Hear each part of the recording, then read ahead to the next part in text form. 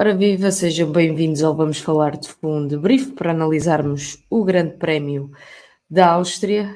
Estamos a gravar este episódio ao contrário do que é normal, por motivos de força maior, mas cá estamos e aqui estamos. João Amaral, bem-vindo e obrigada Obrigado. por te juntares a mim. Antes de analisarmos o Grande Prémio, só aqui uma curta passagem pela tabela de pontuação. No que diz respeito aos pilotos, Max Verstappen continua a liderar o campeonato com 237 pontos, à frente de Lando Norris com 156 pontos, que segue em segundo lugar, à frente de Charles Leclerc com 150 pontos. Em terceiro lugar, não há alterações nesta tabela, porque apesar da desistência de Lando Norris ou do abandono de Lando Norris na corrida de domingo, Charles Leclerc também não teve um fim de semana particularmente simpático e o piloto da McLaren ainda consegue pontos na corrida sprint. Carlos Sainz segue em quarto lugar com 135 pontos, à frente de Sérgio Pérez com 118 pontos em quinto lugar. Sexto lugar para Oscar Piastri com 112 pontos, tem mais um ponto do que George Russell com 111 pontos, que está em sétimo lugar. Lewis Hamilton e Fernando Alonso em oitavo e nono lugar, um com 85 pontos, Alonso com 41 pontos e a fechar o top 10 Yuki Tsunoda com 19 pontos. No Campeonato de Construtores, igualmente liderado pela Red Bull com 355 pontos, a Ferrari tem 291 pontos, a McLaren em terceiro lugar com 268 pontos. Vamos olhar para o Grande Prémio e começar pelo momento alto do Grande Prémio, que é a colisão entre Max Verstappen e Lando Norris. João Amaral, sem indiretamente ao osso, a culpa é de Max Verstappen ou aquele momento faz parte das corridas? A culpa morreu solteira. Bom dia, Inês. Bom Bom dia a quem dia. nos está a seguir. Gosto que comecemos logo por ir ao essencial e, portanto, começarmos por falar dos dois pilotos, um que acabou em quinto lugar e o outro não acabou de todo, acho bem. Até porque foram eles que animaram a corrida e foram dos dois principais animadores Eu do fim peço de semana. desculpa a George Russell, mas fala-se Não, mais com sobre certeza. esse Claro, e momento com do razão. que, Faz muito bem. do Sim, que da vitória. já falamos do vencedor do Grande Prémio. Caiu-lhe um bocadinho no colo, mas é preciso estar lá para isso. Respondendo diretamente à tua pergunta e para não fugir à resposta à tua pergunta. Não, a responsabilidade maior é do Max Verstappen, sim, não tenho a menor dúvida disso. É ele que se chega para a esquerda. No momento do contacto, é ele que se chega para a esquerda e ele chega-se para a esquerda. É factual, é físico. Uhum. Faz-me alguma confusão que ao fim destes dias, nós estamos a gravar isto, enfim, 2 dias depois do Grande Prémio da Áustria, ainda haja tanto debate para saber se ele se chegou para a esquerda na travagem ou não. Sim, ele chegou-se para a esquerda na travagem, não há maneira de ter duas opiniões sobre isto. Nós podemos ter opinião sobre muita coisa que é subjetiva. Sobre aquilo que é objetivo, não. Ele chegou-se para a esquerda na travagem. Pronto.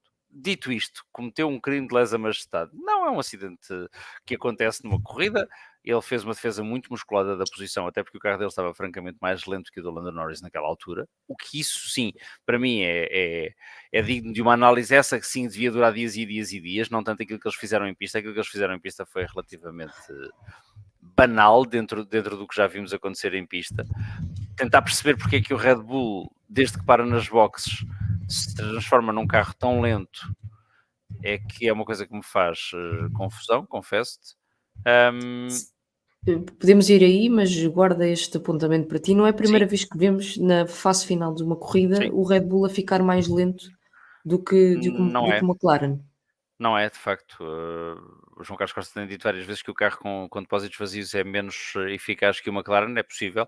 Não sei se é menos eficaz em geral, se é a carga aerodinâmica que é menor num carro que depende. Todos os carros dependem muito da carga aerodinâmica, mas o Red Bull mais que os outros, e portanto, porventura, com menos peso, essa carga aerodinâmica faz-se sentir menos. Se trata menos bem os pneus, se porventura tem menos contacto de borracha com a pista, a verdade é que o carro ficou muito menos eficaz. Ele queixou-se disso, aliás.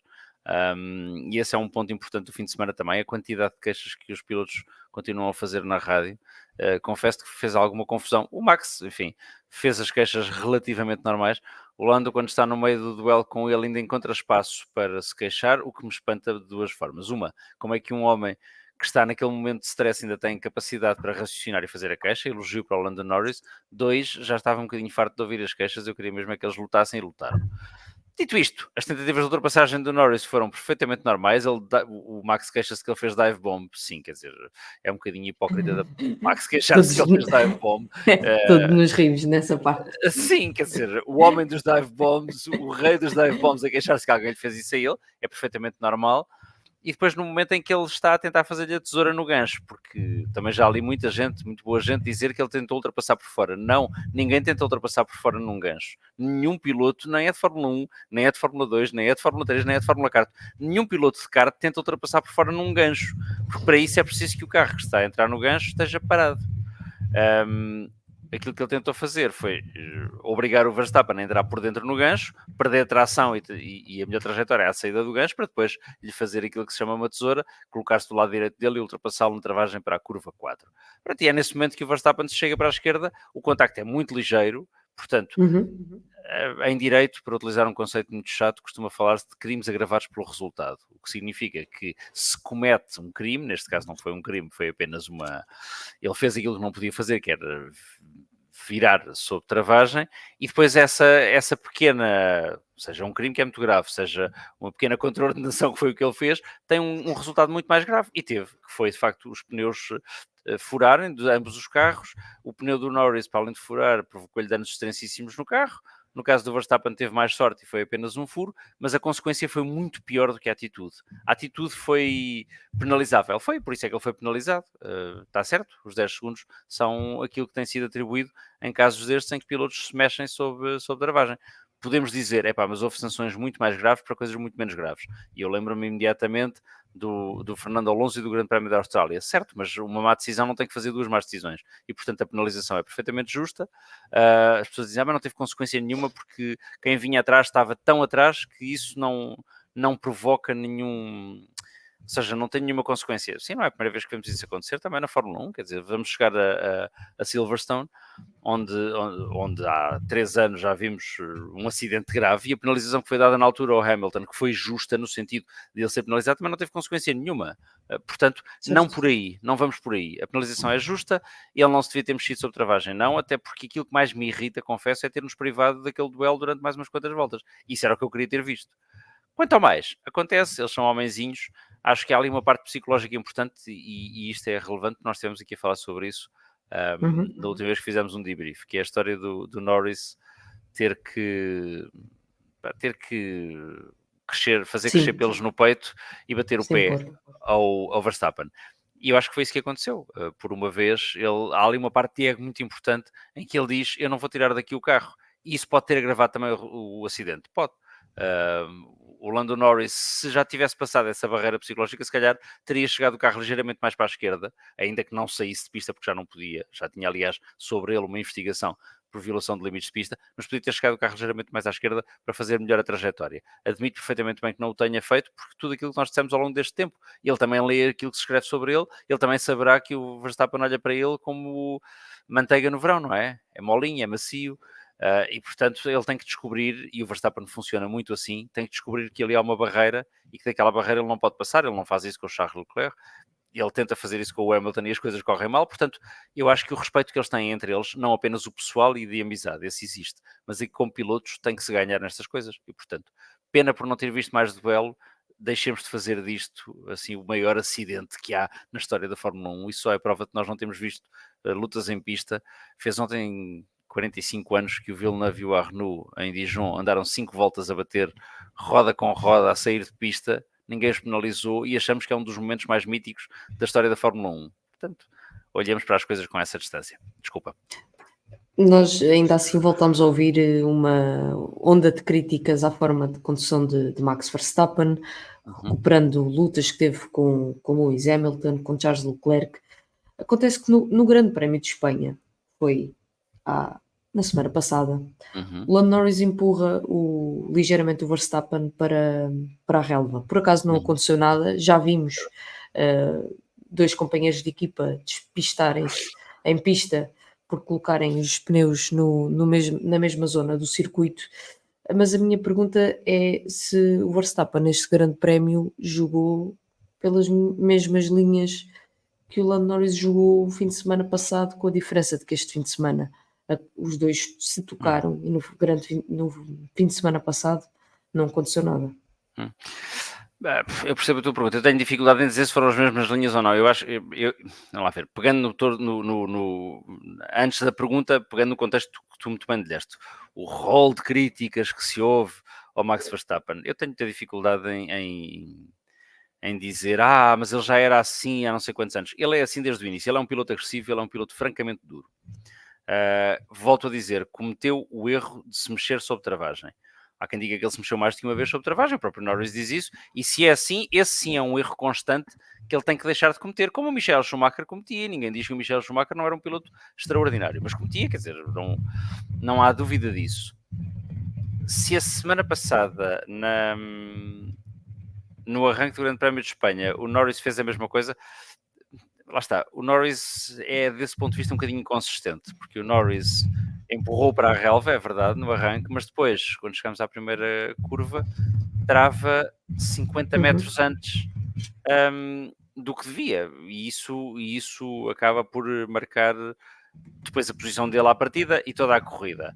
O Verstappen fez na Áustria aquilo que ele faz em duelo, é tão duro quanto pode ser, foi mais duro do que devia, razão pela qual foi aliás penalizado, mas não o vi fazer nada que permita fazer aquilo que a imprensa inglesa sobretudo fez. A imprensa inglesa ainda está um bocadinho ressabiada com 2021 e vieram buscar todo o precedente e tudo aquilo que se passou em 2021. Analisemos as coisas pelo que elas são e não façamos disto mais do que é, nem dos outros santinhos. O Hamilton fez coisas destas vezes sem conta. Está certo, eles são pilotos, é para isso que eles são pagos, é para lutar. Preferia que ele não tivesse feito aquilo para termos mais duelos. Sim, volto a dizer, foi um erro do Max Verstappen e por isso ele foi penalizado. Ele é principal responsável por aquilo? É, com certeza que sim. Um, a história da Fórmula 1 não vai mudar por causa disso. Não, tenho esperança de que a barreira psicológica que o Norris tinha tenha desaparecido e que daqui para a frente tenhamos verdadeira luta em pista e fora de pista, porque o André Stella, aliás, pelas declarações que faz, o André Stella é um tipo francamente ponderado, não é propriamente um homem de estados de alma, prova que a McLaren e a Red Bull já se veem como rivais e isso, para mim, como fã, é o melhor sinal que podemos ter porque temos muito campeonato pela frente. Desse ponto de vista é francamente bom termos um calendário tão comprido e vamos ter luta até ao fim e isso agrada. Eu no fim de semana passado perguntava-te pelo um bocadinho o lado psicológico e pegava na amizade entre Lando Norris e Verstappen para te perguntar se isso poderia condicionar de alguma forma Lando Norris em pista. Volto a recuperar mais ou menos essa ideia e a olhar um bocadinho para o lado mais pessoal entre os dois pilotos. Este momento foi o fim de uma bela amizade e a pensar nas lutas em pista, ainda bem que sim, ou não? Se vamos ter mais lutas em pista, é bom. Espero que não seja o fim da amizade. Acho que a amizade não deve acabar por isso. Seguramente vai mudar, porque as declarações que eles fizeram no fim da corrida, e devo dizer que desse ponto de vista, as do Max Verstappen, muito mais adultas do que as do Lando Norris. Não porque o Lando Norris tenha dito algum disparate, mas o Lando Norris fala muito a quente e, portanto, diz, se ele não assumir que cometeu ali um erro e que a responsabilidade é dele, perco muito respeito por ele. Ele não tem que dizer isso à imprensa, ele tem que dizer isso ao Max Verstappen. Ele à imprensa só tem que dizer qualquer coisa como: sim, vocês viram o que aconteceu, o responsável é ele, falaremos sobre isso. Que no fundo, tirando a primeira parte, é o que o Verstappen diz. Eu tenho que ver as coisas mais a frio, nós vamos falar mais a frio, não agora. E isso é ótimo. A amizade não tem que acabar, mas eu acho que destas declarações resulta muito claro que há uma diferença na forma como ambos se veem um ao outro, porque o Verstappen respeita o Norris como pessoa, é amigo dele, mas tem ideia quase, quase definitiva de que olhava para ele como um piloto macio, não éramos só nós que víamos isso, e eu acho que vai deixar de olhar. E o Norris respeita o Verstappen, eu acho que o admira como piloto, mas quer que ele o veja como um adversário. E, portanto, isso também vai mudar. Espero que isso não signifique o fim da amizade. Acho que as coisas mais parvas... Vamos lá ver. É óbvio que eles vivem para isto e que isto é um negócio multimilionário e que aquilo que eles mais querem na vida é ganhar e ser campeões do mundo.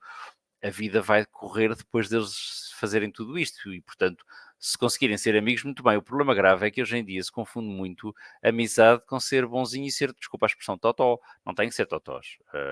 Eles têm que ser rivais, leais um para com o outro, mas podem perfeitamente bem ser amigos. Acho que o fim da amizade entre o Hamilton e o Rosberg, por exemplo, que bateram naquela mesma curva em 2016, não começa ali sequer, começa quando eles são rivais e quando pela primeira vez têm a hipótese de ser campeões do mundo porque estão a conduzir o mesmo carro. E tenho pena, confesso-te, porque volto ao mesmo, acho que a vida é mais importante que tudo o resto. E não saberem distinguir uma coisa e outra é mau. Às vezes com estas coisas também se percebe como é que os outros nos veem a nós, não é? Agora, eu de Fórmula 1, eu nunca sentei, desculpa a expressão, um rabo num Fórmula 1 e não faço ideia do que seja a pressão que eles têm. Sobre a vida e sobre a amizade, todos sabemos mais ou menos a mesma coisa, portanto, não, aí não precisamos de estar em diferença de experiência para com eles. A forma como as pessoas nos veem também se revela nestes momentos, e se o Verstappen manifestar respeito para com ele, respeito pessoal, mas for um adversário legal, e o Norris a mesma coisa com o Verstappen, não vejo porque é que há de acabar a amizade. Agora, serem todos amiguinhos e ser um jardim de flores e andarem todos de mão dada quando estão em pista e deixarem-se passar uns aos outros, aliás, o Verstappen responde isso francamente bem, já não sei se é no fim da sprint, alguém lhe diz, ou no fim da corrida, mas quer dizer, você está à frente do campeonato, podia ter deixado passar, ele disse, podia, também É no podia não fim. aparecer, é no fim da corrida, não é? Podia É, não aparecer e era mais fácil para toda a gente, quando é a expressão que nós utilizamos muitas vezes, quando fecham a viseira, é para ganhar, ponto. Não há amizades. E ao longo destes 70 e muitos anos de Fórmula 1, muito boa gente foi amiga e foram rivais duríssimos.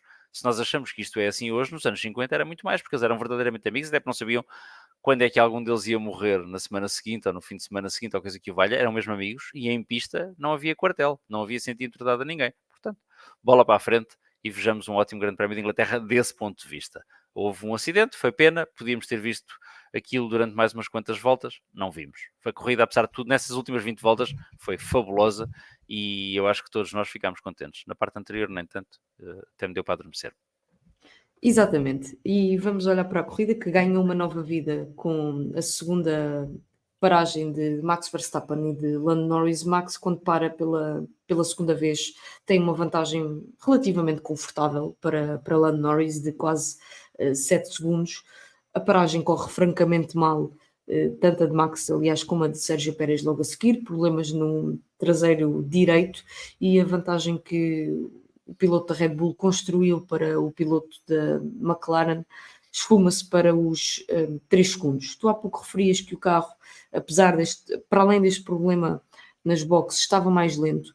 Uhum, Eu creio que o Verstappen estava a utilizar um jogo de médios já usado, verdade. enquanto o Norris estava a usar Novo. um jogo de médios novo. E a minha pergunta é precisamente por aí: se o erro da Red Bull no que diz respeito à estratégia, e nós tivemos o Verstappen ao longo da corrida a reclamar muitas vezes no rádio com os timings das paragens, mas se o erro estratégico da Red Bull começa quando decidem guardar 2 jogos novos de duros para a corrida, em vez de 2 jogos novos de médios para a corrida. Sim, isso não terá ajudado, seguramente. Ou seja, eu tenho a certeza que ele preferia ter um jogo de médios novos no momento em que parou para se defender do Norris. Confesso-te que não acho que seja só essa a diferença. Ou seja, isso podia fazer diferença mais para o fim da corrida, sobretudo, e não naquele momento em que eles param e há aquela diferença tremenda. Ele já se vem a queixar dos pneus antes, aliás, antes de parar ele já diz que os pneus deixaram de funcionar, ainda são duros. Quando calça os médios usados, continua a queixar-se que os pneus não funcionam. Mal sai da box, na volta de saída, tem uma bloqueia a roda frente esquerda na travagem para a curva 4, sai muito largo, por pouco não vai à gravilha. Portanto, ele estava em nítidas dificuldades e estava com um carro claramente mais lento que o McLaren.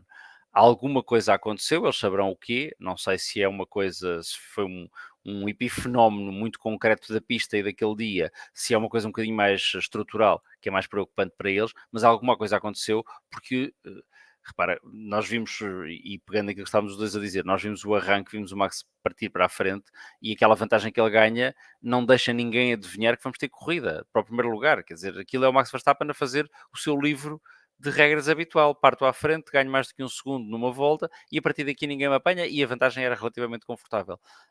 Portanto, alguma coisa aconteceu porque o carro de facto caiu de um momento para o outro, mas caiu ainda com os duros, para mim não cai com os médios, mesmo sendo um jogo usado. É um erro não terem um jogo de médios novo, Isso daria mais confiança ao piloto e porventura ao carro. Agora, a diferença de andamento é tão grande naquele momento e já vem de trás, desde antes da paragem, porque a diferença entre os dois começa a diminuir antes da paragem, a diferença está nos 7 segundos e qualquer coisa, e começa a diminuir paulatinamente para os 6 segundos e pouco, e não é só pelas dobragens, porque o Norris também se atrasa depois com dobragens e volta a recuperar o tempo que já tinha ganho. Portanto, a diferença de ritmo já está aí entre os dois carros, independentemente dos pneus que têm equipados. Ou seja, sim, ter um jogo de médios novos teria feito alguma diferença. Para mim não teria feito a diferença de ritmo entre os dois carros. Há ali qualquer outra coisa que se passa, que eu não sei obviamente explicar qual é, enfim, a Red Bull saberá seguramente, e que explica o facto de termos tido 20 voltas finais extraordinariamente emocionantes e uma corrida memorável, o que é bom. E que nos acordou a todos, graças a Deus, com aquela Isso. que eu já estava a adormecer. Uma corrida que se tornou emocionante e que acabou com um vencedor totalmente inesperado. George Russell conseguiu vencer este Grande Prémio da Áustria, a primeira vitória da Mercedes desde o Grande Prémio do Brasil em 2022, também vencido por George Russell. Foi uma vitória, toda a gente sabe isso, o próprio Russell sabe isso, que lhe caiu no colo, mas pergunto se as vitórias que caem no colo também têm mérito, João Amaral. Claro que tem, eu sou, enfim, já sabes que eu sou uma pessoa muito chata, mas eu não sou daqueles que acham, não, essa vitória não, valem os mesmos pontos, ponto 1. Ponto 2, a alegria que eles têm ao vencer é exatamente a mesma. É óbvio que eu tenho a certeza que o George Russell preferia ter um Mercedes que constantemente fosse tão rápido ou mais rápido que o McLaren e que o Red Bull. Não tenho dúvida disso. Agora, a sensação com que ele fica depois de ganhar aqueles 25 pontos é exatamente a mesma. E para estar ali, ele teve que estar ali, certo? A primeira pessoa que ele teve que bater desde logo é quem também tem um Mercedes como ele, que se chama Lewis Hamilton, que é 7 vezes campeão do mundo, que é, por todos os critérios, um pilotaço e que não conseguiu estar à frente dele, nem ao lado dele, nem ganhar a corrida. Portanto, mérito. 2. Tem o mérito de conseguir aguentar, com sorte, também aí, com sorte, o Oscar Piastri atrás dele. Eu confesso aqui, já sabes que não tenho, eu acho que, e estou a falar com a pessoa certa para isso, eu acho que os ingleses têm algumas qualidades no meio dos defeitos que têm. Uma delas é, na imprensa, por exemplo, assumirem perfeitamente bem as preferências que os jornais têm e os canais de televisão. Eu assumo a minha preferência pelo Oscar Piastri, sem problema nenhum. Não viro a Fórmula 1 toda, nem consigo olhar para a Fórmula 1 dizendo, ele não comete erros. Claro que comete erros. Cometeu um na qualificação, aliás, que para mim lhe estraga ao fim de semana, porque o ter ultrapassado por 1 milímetro que tenha sido a linha branca e ter visto a sua volta apagada, levou a que se qualificasse não em terceiro, mas em quinto ou sexto, já não me recordo. E, portanto, isso leva a que ele esteja muito mais atrás no momento em que se dá o acidente do Verstappen com o Norris, e depois o safety car virtual não lhe permite ter tempo suficiente para apanhar o Russell. Dito isto, o George Russell fez tudo certo. Conduziu o carro no melhor, exponenciou ou aproveitou o potencial do Mercedes que tinha sobre si para ficar em terceiro lugar, que era o que lhe teria acontecido normalmente. Não ficou em terceiro lugar, ficou em primeiro. Portanto, mérito do George Russell, mérito da Mercedes, o carro está cada vez mais rápido, os updates têm funcionado. Passámos aqui meses a dizer que eles estavam perdidos, que não sabiam o que estavam a fazer, porque era verdade. Não me arrependo nada do que dissemos sobre isso, porque era verdade.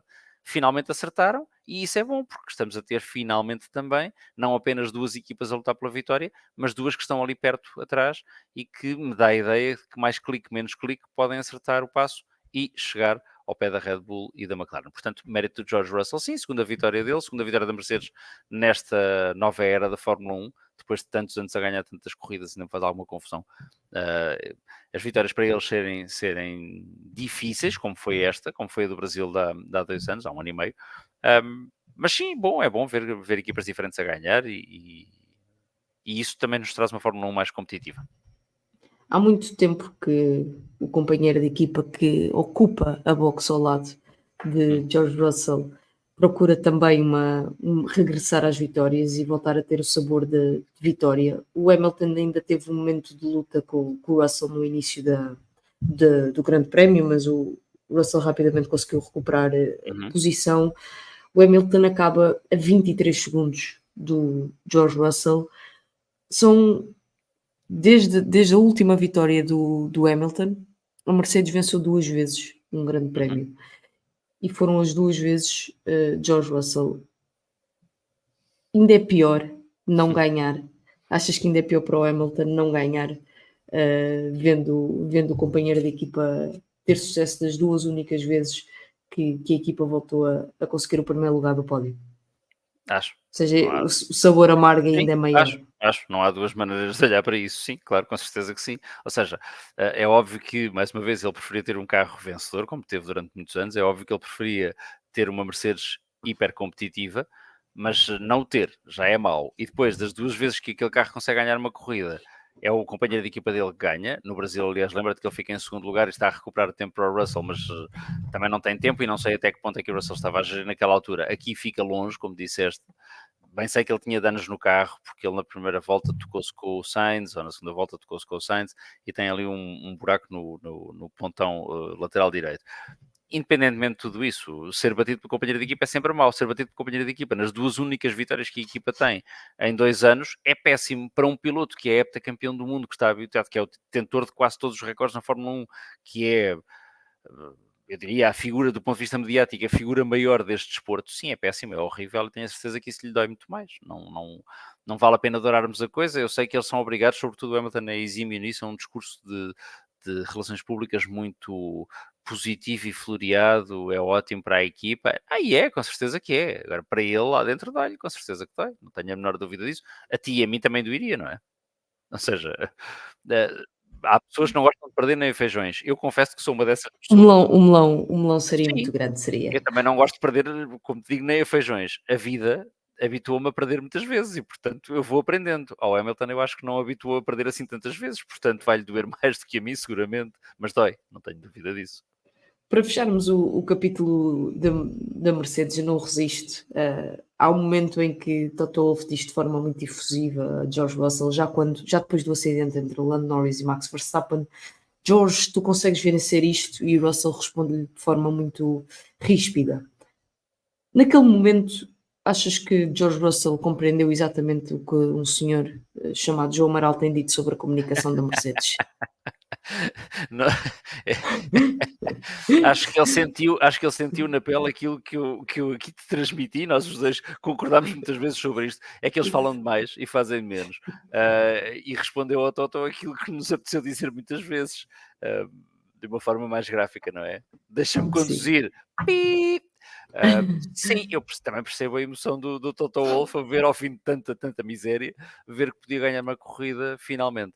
Mas foi a pior altura. Por isso, aliás, na volta de desaceleração, depois da corrida acabada, ele entra no rádio e pediu desculpa porque não tinha reparado que ele estava a travar, que tinha mais 300 km/h, e ele responde-lhe com graça, ele, Russell, tudo bem, tudo bem, tudo bem, eu percebi que estavas feliz. Uh, mas sim, quer dizer, além de que pensar, há ali uma parte que é gira. O Toto Wolff também foi piloto de automóveis, mas há uma razão para se ter tornado team principal e não ser piloto de automóveis, porque pensar que o piloto não percebeu ainda que pode ganhar a corrida naquela circunstância, quer dizer, é andotiqueta. Óbvio que já percebeu, ele percebeu que podia ganhar a corrida e eu vou dizer mais, o Piastri percebeu que podia ganhar a corrida e por isso deu-lhe o fogo no rabo, desculpa a expressão, naquele momento.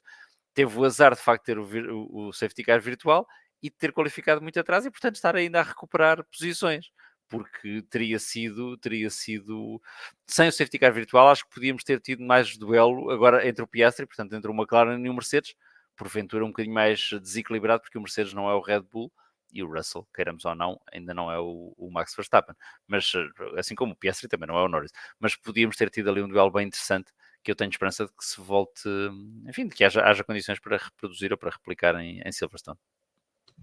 Vamos continuar a descer na tabela, passar para os Ferraris. Carlos Sainz acaba em terceiro lugar. Charles Leclerc acaba fora dos pontos, em 11º lugar. No final da corrida, o Leclerc dizia que não leva nada de bom deste grande prémio. E a minha pergunta para ti é se consegues ver algum ponto positivo da corrida do Monegasco É difícil, mesmo com uma grande ou do dose fim de de semana. otimismo, uma grande dose de otimismo matinal é difícil. Parte positiva para ele, nenhuma. Parte positiva para nós é aquele momento lírico em que o engenheiro lhe diz: vamos acabar nos pontos. Nós estamos a lutar para acabar nos pontos. E passado 3 voltas mandou parar outra vez, e passado 15 voltas mandou parar outra vez, e ele é o único que faz, creio, 3 paragens, Sim, enfim, 3 ou 4. talvez 3 4, não sei, paragens. não sei, perdi-lhes a conta, confesso. Hum, seja como for, mesmo que se faça 3, faz mais uma do que todos os outros, Uhum. tirando o Max, depois tem que parar outra vez, depois do acidente. Mas não, é um fim de semana desastroso. Não é só isso que é preocupante. A semana passada dizíamos aqui sinais de alarme, falávamos de campainhas, isto e daquilo, e eu dizia e mantenho, não me pareceu que fosse ainda caso para isso, o ritmo do carro estava lá. Eu não acho ainda que seja a altura para pânico, mas desde que ganharam no Mónaco, não acertaram uma. Preocupação agravada. Não acertaram uma? Quer dizer, eu já nem sei se é uma questão mecânica, se é uma questão de engenharia, e portanto, se o carro de facto tem. Essa é a parte em que eu tenho dificuldade em dizer sinais de alarme. O carro pode não ser o mais rápido, mas não está assim tão longe do Mercedes, consegue ser mais Deixa-me rápido só que o dar Mercedes. Sim. deixa-me só dar um acrescento. O Carlos Sainz e Charles Leclerc, pelo que percebi, levaram duas configurações completamente diferentes Uhum, para a corrida. certo. E um acaba em terceiro e E a do outro. Sainz terá funcionado melhor, apesar de tudo, porque ele ia acabar em quinto sem o acidente, acabou em terceiro, obviamente, mas enfim, não andou longe e estava à frente do Hamilton, portanto superiorizou-se ao Hamilton em ritmo de corrida. Por isso é que eu digo, o Ferrari não está assim tão longe do Mercedes, se é que não está ligeiramente à frente. Portanto, isso não é uma má posição para estar. Não é a posição que eles achavam que iam ganhar o Campeonato do Mundo depois de Mónaco. Não, não é de todo. Mas se calhar aí também exageraram nas expectativas. Agora, aquilo que me preocupa mais com o Leclerc é que desde a corrida do Mónaco não acertam uma, não há nada. O Canadá é miserável, é uma corrida ao nível de uma Super Aguri nos seus piores dias. Chegamos a Espanha e a coisa é mais ou menos anónima, mas enfim, apesar de tudo com ritmo e com consistência, voltamos à Áustria e já não é Super Aguri isto já é life. Quer dizer, há ali qualquer coisa que não está a correr bem e sob a gestão do Vassar é a primeira vez que vejo a equipa tão perdida. Portanto, eu se fosse o Charles Leclerc, sim, estaria preocupado e concordo com ele, não há nada de positivo para tirar deste fim de semana. Há que Achas esperar. que Desculpa, diz. consegues já ver uma tendência de, por exemplo, o Mercedes andar para a frente e a Ferrari andar para trás? Não tanto, Vamos chegar àquela. consigo ver a Mercedes andar para a frente e a Ferrari não andar para a frente ao mesmo ritmo. Ou seja, se a Ferrari tivesse progredido aquilo que a Mercedes progrediu nos últimos 2 meses, estava a lutar com a Red Bull e com a McLaren ao mesmo ritmo. E isso não fez. Portanto, como muitas vezes dizemos, e é verdade, na Fórmula 1 estar parado é andar para trás. E eles pararam. Os upgrades não têm funcionado, não têm trazido mais ritmo ao carro, não têm dado ao carro aquilo que eles esperavam que tivesse dado. Essa é a parte da engenharia que eu, apesar de tudo, acho que é resolúvel, obviamente, e não os deixou num estado calamitoso a lutar para trás com os V-Carb, com os Aston Martin, com a Haas, não é esse nível que estão. Agora, do ponto de vista da engenharia misturada com a estratégia, a coisa tem sido miserável, mesmo muito, muito, muito, muito má. E deve estar a levar o Hamilton a pensar duas vezes se fez bem ou não fez bem, porque a equipa em que ele está neste momento está em ritmo ascendente, a equipa para a qual ele vai não está. Mas daqui até lá, muita água passará por baixo da ponte e, portanto, há tempo para corrigir tudo isso. Mesmo este ano há tempo para a Ferrari ainda recuperar algum duelo que vinha tendo no início do campeonato, que vinha desde o início do fim do campeonato passado, e, portanto, aproximar-se mais das duas da frente. Mas alguma coisa tem que fazer, isso parece-me relativamente óbvio. Cá mais para baixo, Nico Hülkenberg faz um sexto lugar, que é o melhor resultado da equipa, é o melhor resultado dele desde 2019 e o melhor resultado da equipa igual ao melhor resultado da Uhum. equipa, que foi em 2022. Fica à frente de Sérgio Pérez em sétimo e o seu companheiro de equipa, Kevin Magnussen, acaba em oitavo lugar. Haas tem sido. Aqui podemos pecar por duas Uhum. vertentes. Preferes pecar primeiro por qual? Sérgio Pérez e a sua contínua desgraça? Não, já lá Ou vamos, já lá vamos. pelos. Já lá vamos. Os, A- os Haas têm sido uma boa surpresa este Uhum. campeonato e no Nico Hülkenberg fazem os dois uma Uhum. bela corrida. Fazem sem dúvida. Aquilo que me ficou na cabeça, confesso-te, mais uma vez, é uma questão mais de fé do que provavelmente de ciência, porque não tenho elementos objetivos que me permitam dizer isso, mas já falámos sobre isso aqui este ano, é que a gestão do IO, como a Tatsu, do novo diretor de equipa, que não o Gunther Sim, Steiner, é bastante mais, obviamente, desde logo mais discreta, o que é bom, porque ele não é uma estrela de televisão, ele é um team principal e é para isso que ele ali está. Dois, não sei se por isso esta é a parte da fé, mas é um raciocínio meu, enfim, pode ser contrariado. Não sei se por isso, mas imagino que sim, a energia está muito mais focada na performance da equipa do que propriamente em dar espetáculo para a televisão. E, portanto, A equipa tem dado passos certos, repetiu aqui o melhor resultado conjunto que já tinha nesta mesma pista, como disseste bem, há 2 ou 3 anos. Faz uma corrida espetacular. Aquilo que eu digo que corre muito bem na Haas não é só a parte, mais uma vez, do carro ser bem nascido, ajuda imenso que, não, ao contrário do ano passado, não coma pneus como se estivesse a comer pipocas no cinema, portanto, o carro consegue aguentar os pneus aquilo que é expectável, que os pneus durem, mas sobretudo do ponto de vista estratégico, a Haas esteve muito bem ao longo de toda a corrida, não é? Ou seja, fazer o undercut sempre permitiu-lhes aproveitar melhor a posição em pista e potenciar essa posição em pista para depois ter aquele resultado final. E isso é uma decisão de quem pensa com a cabeça sobre o pescoço, como dizem os ingleses, uma expressão feliz.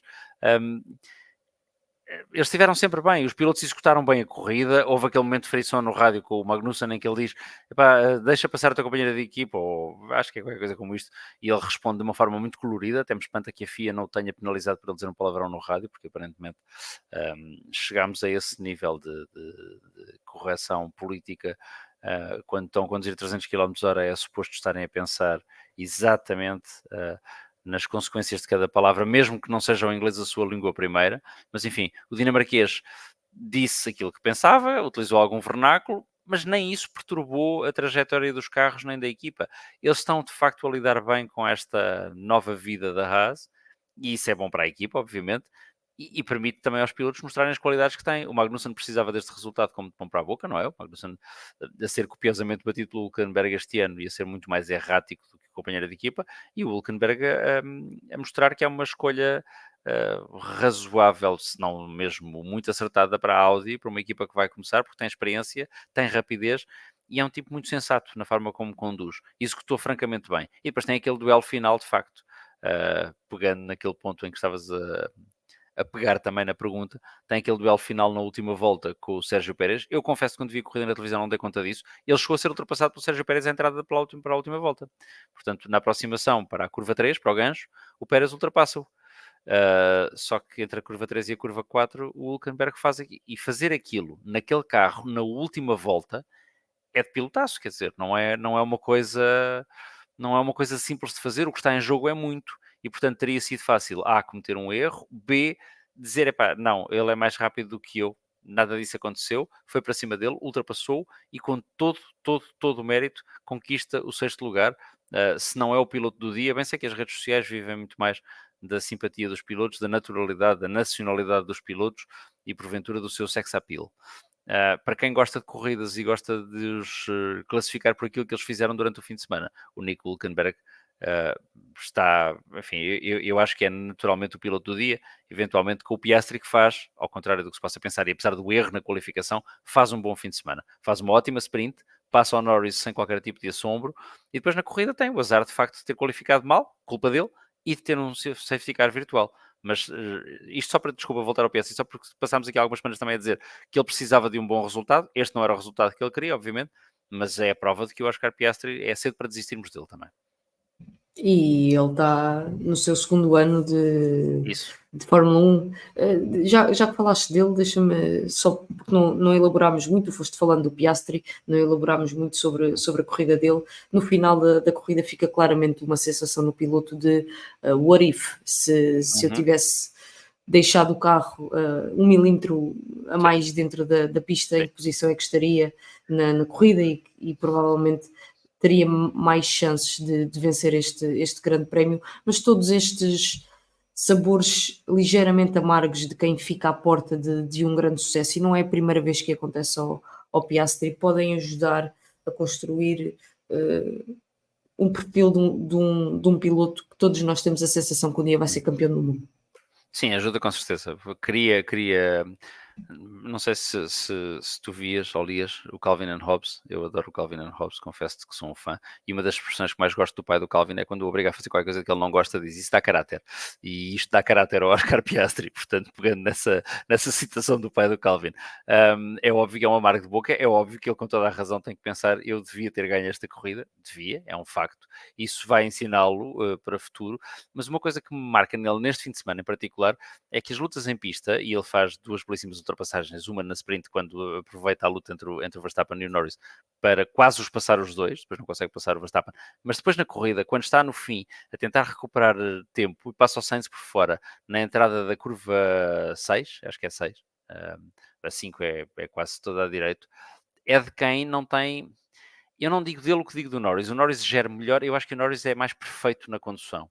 É mais puro, executa na perfeição, faz melhor voltas de qualificação, aproveita melhor os pneus, executa na perfeição o que tem de executar naquele momento.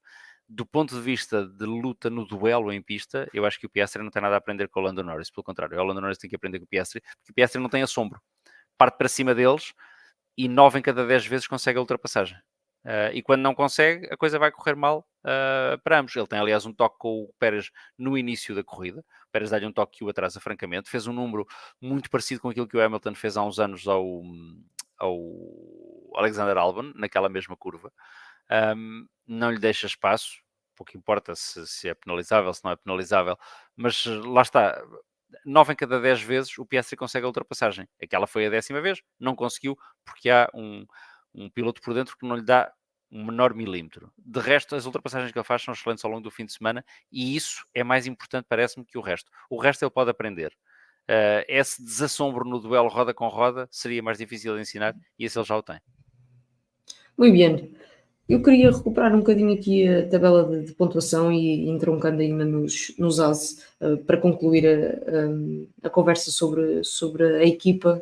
Está neste momento em 7º lugar, atrás da Red Bull Visacar, ou lá como é que aquela coisa se chama, com 30 pontos. A AS tem 19 pontos, estão à frente da Alpine com 9 pontos. Um dos pilotos conseguiu ficar à frente de Sérgio Pérez nesta corrida. É verdade que o Pérez tinha danos no carro, tinha ali um buraquinho num dos sidepods que de certeza condicionou a corrida do piloto. Opá, mas o que mais dizer sobre a espiral negativa em que se encontra Sérgio Pérez? Vai ficando difícil. É isso. Aliás, quando tu perguntaste se eu queria começar pela Haas, queria começar pelo Pérez. Eu preferi começar pela Haas porque eu já vou tendo dificuldade em encontrar palavras para descrever aquilo porque o Pérez está a passar. O que é estúpido, porque passámos por isto o ano passado e passámos por isto há 2 anos, portanto as palavras deviam ser fáceis de encontrar. É difícil. Tu disseste bem que ele tinha um buraco no sidepod. Eu acho que ele tem um buraco maior no ego neste momento e na confiança pessoal. Não, não, quer dizer, não sei exatamente o que é de explicar. Que o Red Bull não é uma máquina vencedora de corridas que tem 2 segundos de vantagem sobre todos os outros, já percebemos há muito tempo.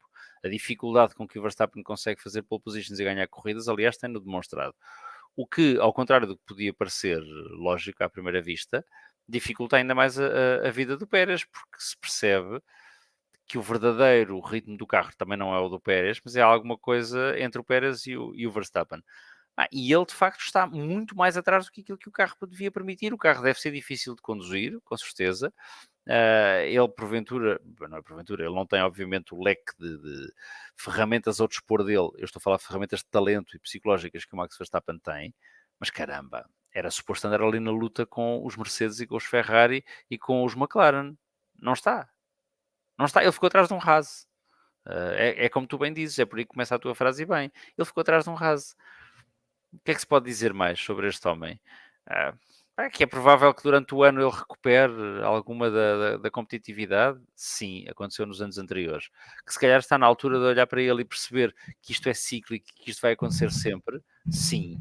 O que é mais difícil de compreender com isto tudo? A renovação por mais por mais um ano, porque é mais um ano com porventura extensão para o outro, ainda não se sabe exatamente o que é isso. É a renovação por mais um mês, às vezes já se torna difícil de perceber. Ele tem que sair desta espiral, porque, quer dizer, eu percebo que os pilotos não são apenas o talento e a rapidez, são também um conjunto de outras coisas, e ele garante muitas dessas outras coisas, e não estou a dizer com isto que o Pérez não é um piloto com talento, porque o é, obviamente. Não é um piloto com talento para estar numa daquelas equipas neste momento, não.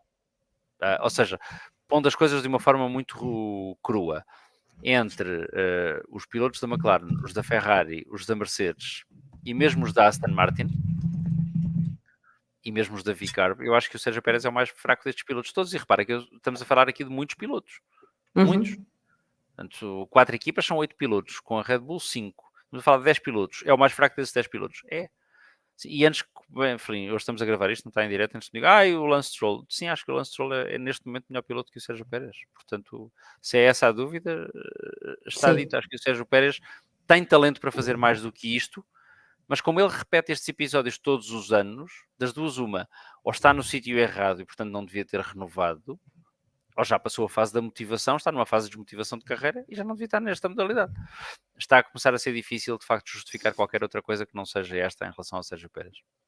Está numa fase claramente descendente. Eu há várias semanas que questiono Sérgio Pérez e a sua performance em corrida, continuo sem compreender a renovação do piloto, nem a lógica por trás dessa renovação. E quando digo lógica, digo não sei o que a Red Bull vê, não consigo perceber o que a Red Bull vê em Sérgio Pérez que possa justificar a continuidade dele em pista, Explico. nem no É que diz assim, respeito. o que a Red Bull vê. Pronto, podemos estar só a falar de dinheiro e se for só isso eu aceito, mas olhando para aquilo que o piloto pode ajudar Max Verstappen em pista, neste momento não existe. Olhando para aquilo, para a contribuição do piloto para o campeonato de construtores, é mínima e praticamente nula. Muitas vezes a sorte da Red Bull nesse capítulo é ter um outro piloto que ou acaba em primeiro ou acaba em segundo num fim de semana normal. Caso contrário, teriam um problema acrescido na luta pelo campeonato de construtores. Mas vai ter esse E- problema ao longo do sim, campeonato sim, ainda. Esse problema ainda não sim. acabou e vai ter. Mas isso que estás a dizer é extraordinariamente interessante. Desculpa interromper-te, agora enfim, pareço outra Interrompe. pessoa que não eu. Não, Mas só não, para não, dizer uma não. coisa, porque é exatamente para pegar onde tu estás a dizer. Tudo isso é verdade, mas tudo isso é curioso, que é consequência também da forma como a Red Bull encara as corridas. Repara, tu tens o Max Verstappen, que é de facto, como tu dizes, esse super piloto que garante sozinho o pão para a boca da equipa, e por isso preocuparam-se durante estes anos todos em arranjar-lhe um companheiro de equipa que, com experiência, não lhe fizesse sombra. E as poucas vezes que se encontraram em pista, lembro do Brasil em 2022, uh, o Max não queria fazer favores e não faz favores a ninguém. Portanto, o que fizeram basicamente foi arranjar um companheiro de equipa que deixa o Max Verstappen confortável.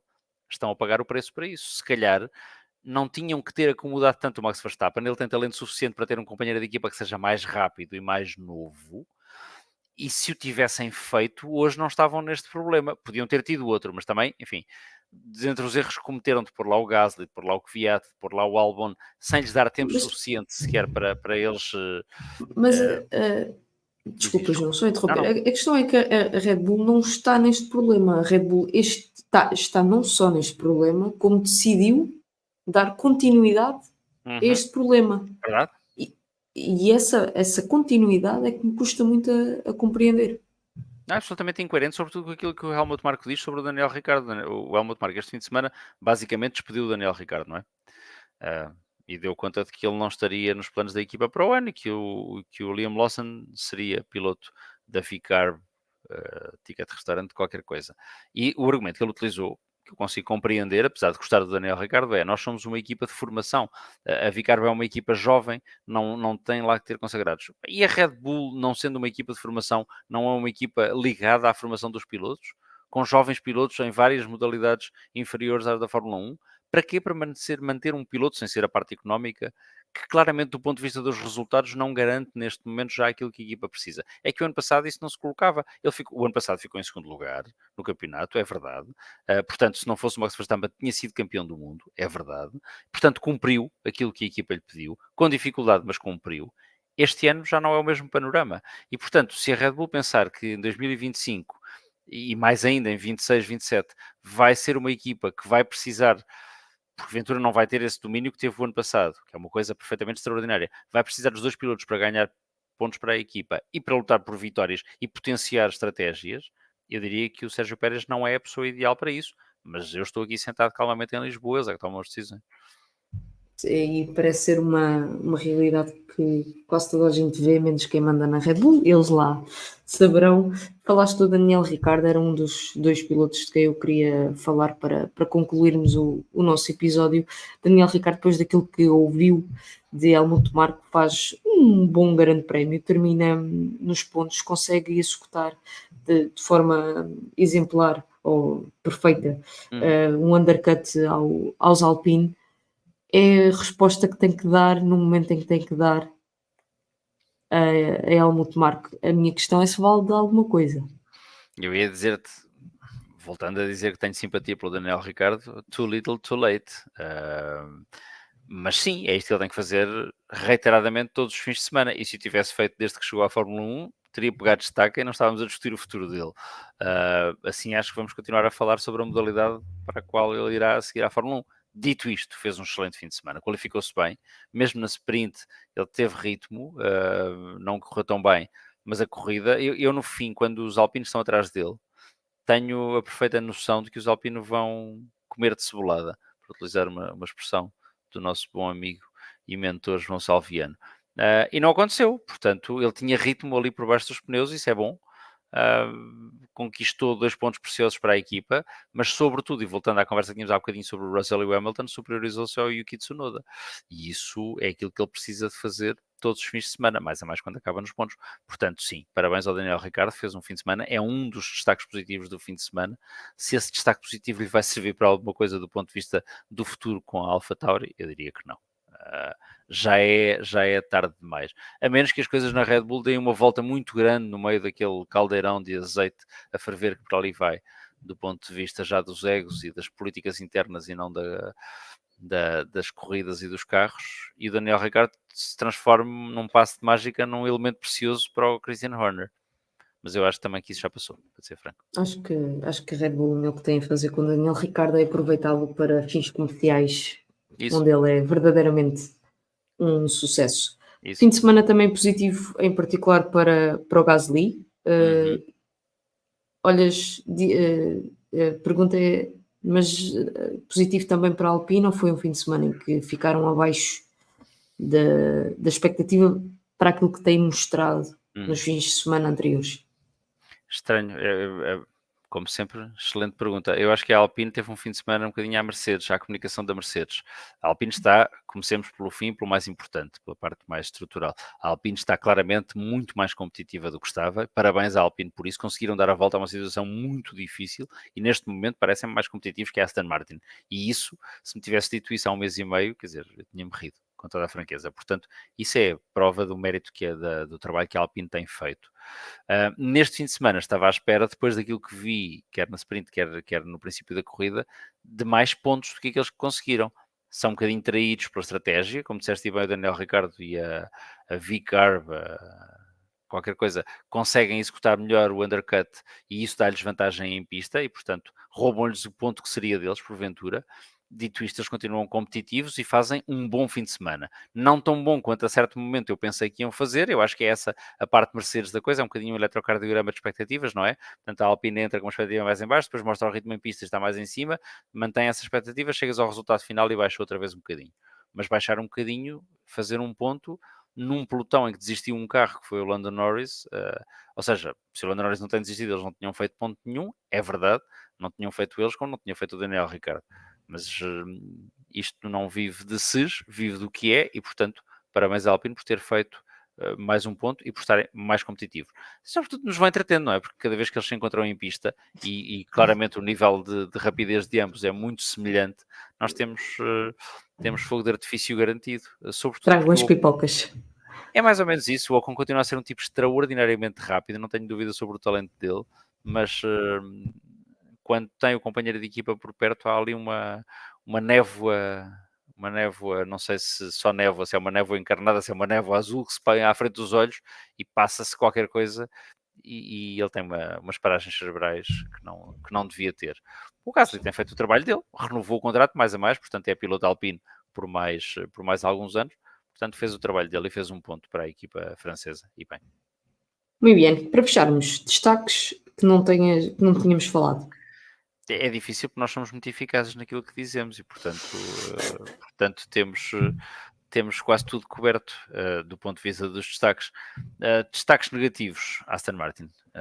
Não falei disso, não, sem ser em breve, e serve-nos de fundo à nossa conversa do ponto de vista visual. Vai sendo mauzito. Eu dizia a brincar numa mensagem que mandei ao Salviano durante o fim de semana, ninguém mais do que eu gosta de nostalgia e de reviver o passado. Acho que também sabes isso, mas acho que esta nostalgia que a Aston Martin está a viver com 2022 é excessiva. Podiam reviver 2023, já chega de trazerem o carro 2022 para a pista. Mau, muito mau do ponto de vista da engenharia, muito mau do ponto de vista da rapidez.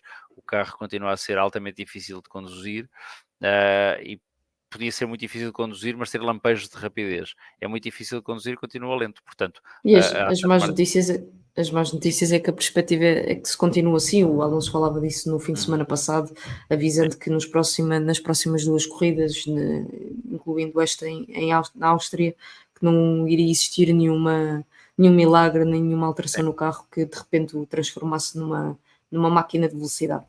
Sim, não há milagres nestas coisas, são zeros e uns. E se isto é verdade para a Mercedes que não acertava, se era verdade para a McLaren quando estava no fundo da grelha, é verdade para a Aston Martin. São zeros e uns e acertaram os zeros e uns no início de 2023, mas claramente não perceberam exatamente o que é que fizeram no início de 2023 para ter um carro tão competitivo como tiveram. E isso é pena, porque, enfim, porque tem dois bons pilotos, porque tem de facto uma estrutura extraordinária. A Aston Martin é a equipa com maior potencial de crescimento de todas as que estão na Fórmula 1 e não tenho dúvida de que esse crescimento vai chegar. Ver a equipa neste estado de competitividade é um bocadinho penoso para quem, sobretudo, é fã do Fernando Alonso, portanto, dói um bocadinho, mas é a vida. É um destaque negativo, é claramente um destaque negativo. O fim de semana correu mal, também correu mal ao Alonso. Ele tinha um problema no motor que o fazia perder tempo em reta, mas para além de tudo mais, correu mal, cometeu um erro com o Guan Yu Zhou. Enfim, fez a volta mais rápida no fim, tirou um ponto ao Max Verstappen. O que não deixa de ter graça, mas é pouco para um fim de semana da Aston Martin. Portanto, esse destaque negativo, claramente. Destaque negativo ainda, desculpa, eu hoje estou um bocadinho negativo, para a quantidade de penalizações. Eu sei que este ano não tivemos como o ano passado, e bem, portanto, façamos disto um destaque negativo e um positivo. Não tivemos as violações de limites de pista como o ano passado. A gravilha que foi colocada na última curva cumpriu o seu efeito e os pilotos... E a colocação da gravilha provou que era isso que faltava, não é? Que os pilotos, quando têm ali um limite físico que não podem ultrapassar, não ultrapassam. O que não conseguem é dizer ao cérebro, como se viu, aliás, com a história do Oscar Piastri em qualificação, epá, tens ali um pedaço de pista em que és tão rápido como cá dentro, vais fazer tudo para ser o mais rápido possível, mas tenta manter o carro naquele milímetro. Às vezes não é possível, eles são super-heróis do volante, mas não conseguem fazer tudo. Portanto, essa parte foi boa. Parte má, a quantidade de penalizações que ali saíram por tudo e mais alguma coisa. Por erros como o do Alonso, por erros como o do Verstappen, certos, as penalizações, por limites de pista como o Piastri, por cruzar linhas brancas à entrada da box, como foi o caso do Hamilton. Eu confesso-te, vou dizer aqui uma coisa, que eu percebo a regra e ele pisou a linha branca, mas ele claramente comete um erro, quer dizer, ele não comete a linha... Eu percebo a penalização por pisar a linha branca se ele está completamente do lado esquerdo da pista e se chega para o lado direito, entrando nas boxes à doida, como se fazia nos anos 80 e 90, e colocando com isso em risco os pilotos que vêm atrás. Ele entrou tão depressa que o carro lhe escapou. Não sei, eu teria, a regra é o que é cega, eu teria muita dificuldade em penalizar aquilo. Acho que é tonto. Parabéns ao piloto pela reação que teve, porque quando lhe disseram que tivesse 5 segundos, estava à espera de um daqueles dramas que ele às vezes faz e ele diz, ok, peço desculpa, porque ele sabe que fez aquilo. São Sim. penalizações a mais para um fim de semana e eu, velho petrolhead, me confesso, acho que há penalizações a mais para um só fim de semana. Felizmente nenhuma delas alterou propriamente o resultado da corrida. A do Piastri, porventura, será a que mais altera o resultado da corrida, a do Hamilton não tanto, e por isso a McLaren correu da mesma, mas é o que é. Nada a fazer. Dos destaques positivos, já falámos de todos, quer dizer, a Haas para mim merece um hiper destaque positivo, sem tirar mérito ao George Russell, mas a Haas faz de facto o fim de semana quase perfeito para eles. Se calhar ainda vemos o Hülkenberg conseguir um pódio antes de chegar à Audi. E já que falamos da Audi, a Stake Sauber continua a ser... Eu pensei que está num ano muito difícil, os anos de transição são muito difíceis, mas aquilo é muito mau. Muito mau, sim. Penoso. Deixa-me só dizer, tu há pouco, no início da nossa conversa, falavas ou dizias-te impressionado com a capacidade do Lando Norris conseguir reclamar enquanto estava a lutar com Max Verstappen.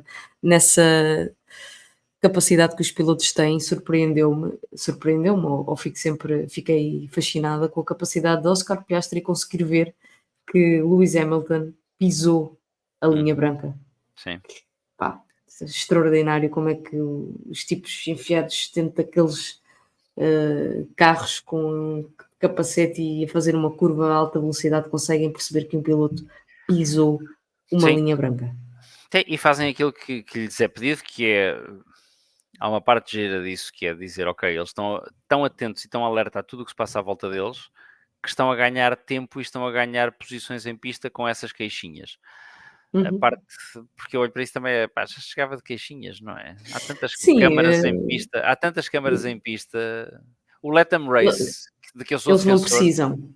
também tem que ter uma consequência para os pilotos, quer dizer, don't let them whine, não os deixem queixar-se tanto, há câmaras, Parem de se chivar uns aos outros. Isso, e eu percebo isso, quer dizer, se o Nuno Pinto estivesse aqui connosco, dizia, está bem, mas é isso que eles têm que fazer, repara que ele ganhou uma posição em pista assim, certo, eu sei disso, mas se os sistemas de controle forem suficientemente eficazes e coerentes, os pilotos podem concentrar-se só em correr. Os rádios de corrida são um presente envenenado, sabes? Para quem, como eu, começou a ver Fórmula 1 sem ouvir nada do que eles diziam, rapidamente e antes de acabar só, eu lembro de ver o resumo da Fórmula 1 de 87 na cassete de vídeo que comprei da Duke Marketing, e há ali um momento no Grande Prémio da Bélgica em que eles põem, isto já é feito no fim do ano, na edição, a conversa entre o Peter Warr, que era então o team principal da Lotus, e o Ayrton Senna durante a qualificação de sexta-feira. E o Warr diz-lhe, atenção que o próximo já está em pista com pneus secos, e o Senna responde-lhe, naquele inglês muito característico dele, a dizer, não, a pista ainda está muito molhada à volta da box, é muito cedo para meter pneus slicks. Isto espantou-me, porque isto já acontecia há anos na Fórmula 1, mas eu, espectador, nunca tinha ouvido estes rádios, foi espetacular. E, portanto, quando os rádios começaram a ser de uso universal, pensei, uau, nós temos aqui um manancial espetacular. E quem vê as corridas nos onboards ainda gosta imenso de ouvir. Eu acho que às tantas isso se vira um bocadinho contra eles, ponto 1. Ponto 2, isto tira alguma da magia da coisa. Eu gosto de ouvir um rádio tipo do Magnussen. É para deixar passar. Hell no. Ele disse um bocadinho pior do que hell no. Gosto de ouvir esses rádios. Não gosto de ouvir o rádio do Piastri a dizer, olha que ele passou a linha branca, penalização. Sim, mas pronto, percebo. Mais uma vez é a minha parte de velhote a falar. E com isto, está tudo dito. Vamos falar de brief. Obrigada, João Amaral, mais uma vez.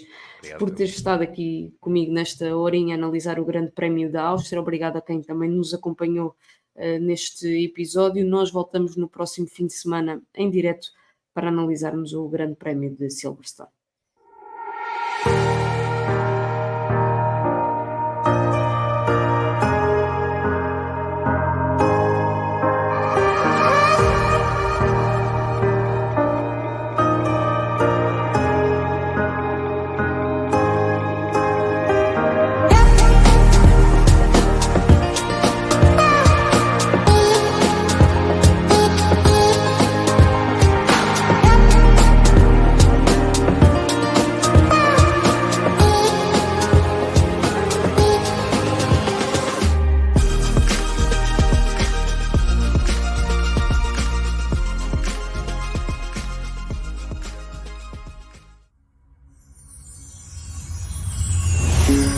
Thank you.